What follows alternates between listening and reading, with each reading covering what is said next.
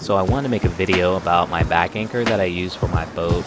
This is called the slide anchor, and this is a staple on my boat, especially when we're on the island and we're beaching the boat.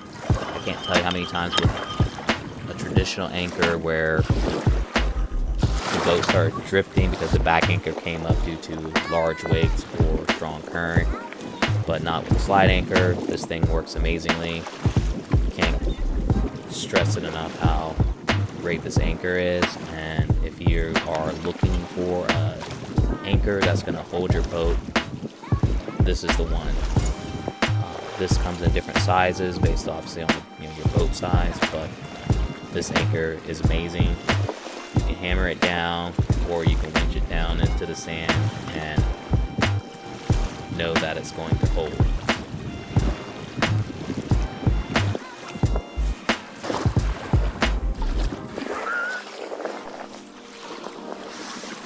If you're interested in checking out this anchor, I did link it down below.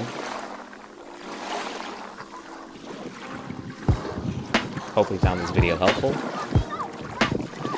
As always, thanks for watching, and don't forget to like, follow, and share.